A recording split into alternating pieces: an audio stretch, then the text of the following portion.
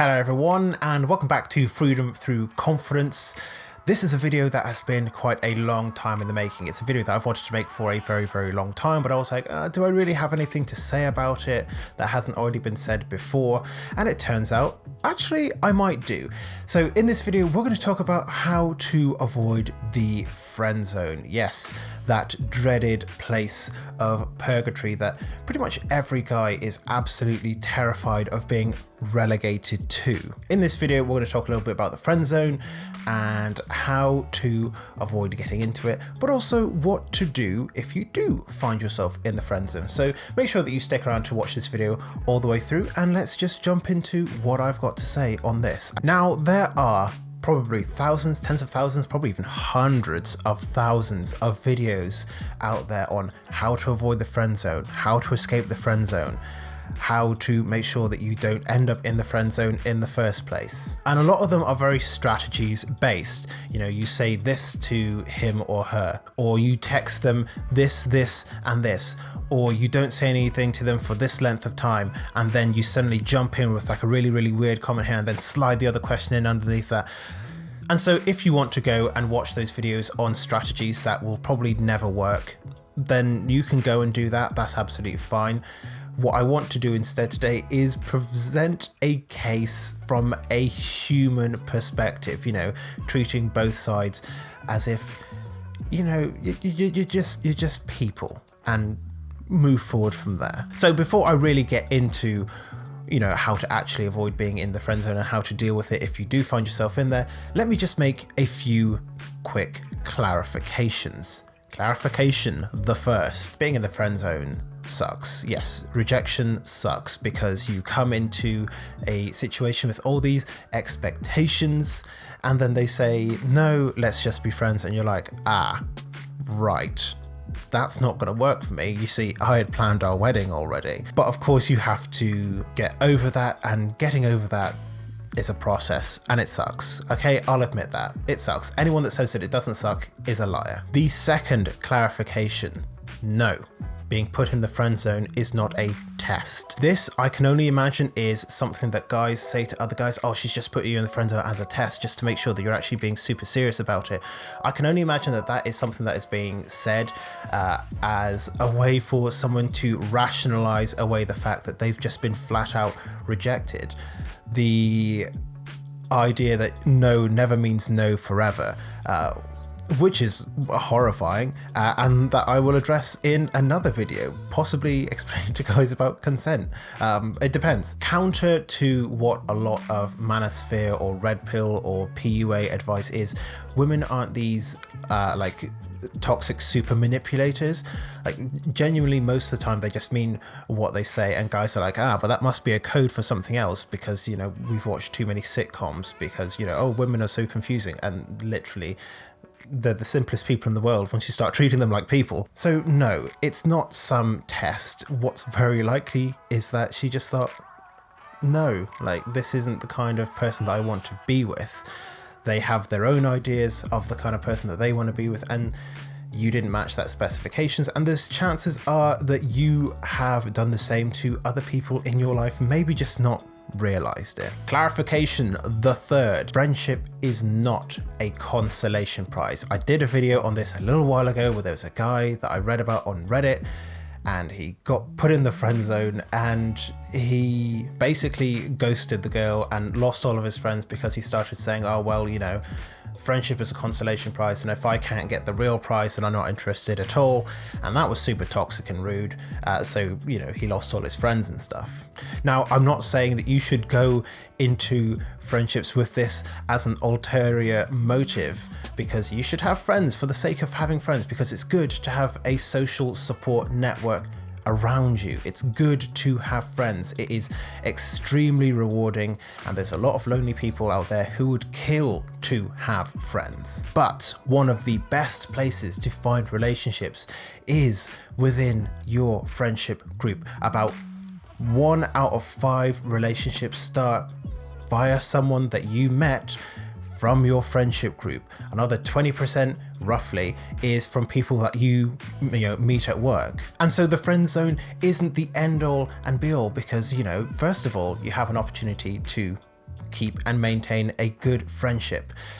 And that for its own sake is a very, very good thing, because guys, it's good to have female friends. I cannot tell you how good it is to have female friends for a vast number of reasons, not least of all is which your female friends typically will have other female friends.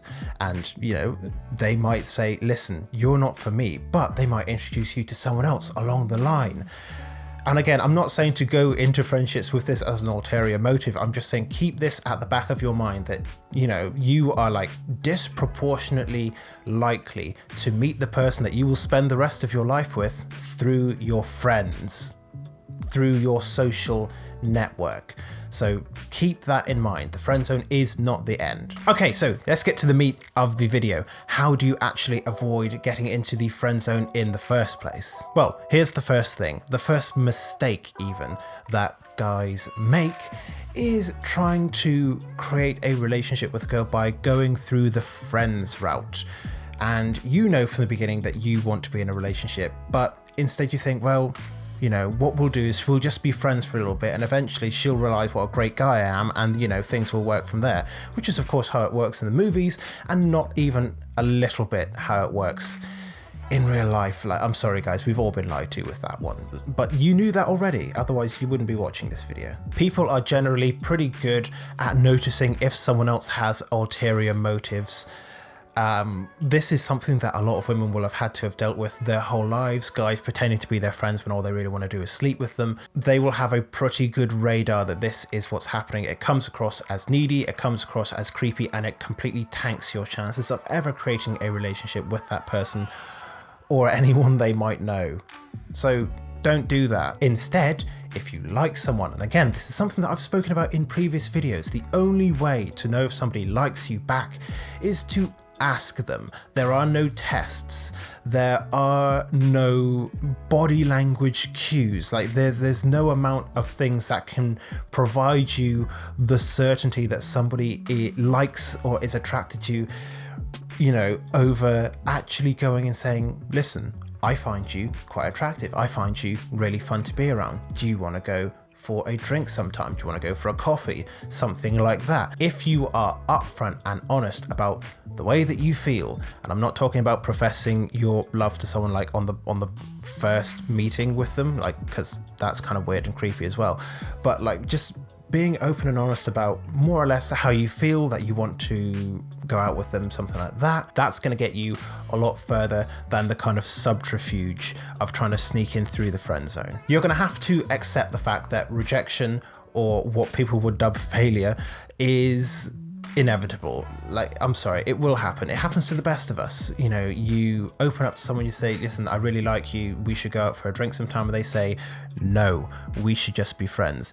And that really hurts. You know, who would really deny that that's the case? But you have got to accept that that is an outcome. When it comes to other people, you're not in control of what they do, say, or feel, no matter how many PUA or seduction books you read, no matter how much red pill theory you download into your mind, you just don't know. And so you have to be prepared that that person is going to say no, and that your expectations might be shattered, which is a good case, by the way, for ensuring that you lower your expectations when it comes to situations of uncertainty, such as asking someone out on a date. Ultimately, there is no guarantee that they're going to say yes. There's no guarantee that they're going to say no. There's no guarantee that they're not just going to throw a drink in your face. These things happen. The drink in your face thing, probably very, very rarely, maybe even never, but again, there's always a possibility. And so the only way really to avoid the friend zone is to just be open and honest about how you feel. And if they only want to be friends, then you can choose whether or not that's something that you want. But because you've been open and honest from the start, not 2 years in, then you can decide if this is a person that you actually want to be friends with. And again, I say that there is a lot of benefits to be had from making friends and having a strong social network. You are not obliged to be friends with someone. If you have serious feelings for someone and they're like, no, I just want to be friends, like, you're well within your rights to say, well, that's not really what I wanted. And kind of peace out, as long as you do that in a polite way and not like the guy in the video that I did the other day. Like there's ways that you can communicate that in a way that is not going to make you sound like you're just some obsessed guy. And of course, feel free to give yourself time after you have experienced a rejection to kind of recuperate and understand what your feelings are and recover from that. And also, of course, congratulate yourself for going so far and being so authentic and open with the way that you feel. That's a good thing, and it should be seen as such in your mind. So, you know, always make sure that you congratulate yourself for being authentic and vulnerable with people. That's a good thing. You did well. But basically, that is it. Those are my thoughts on the friend zone, how to avoid getting into it, what kind of typically leads to people becoming friend zoned, and, you know, what to do when you are there. Honesty and authenticity is definitely the key here, so I hope you will take this and kind of just run with it, see how it works for you. Let me know your thoughts and questions in the comment section down below. Don't forget to subscribe. I put out a video every single day all about confidence and life advice for the average Joe, so if that's what you're interested in, of course, make sure to subscribe, leave a like on the video. But that's all I've got for today. Thank you very much for watching, and I look forward to seeing you in future videos here on this channel very soon.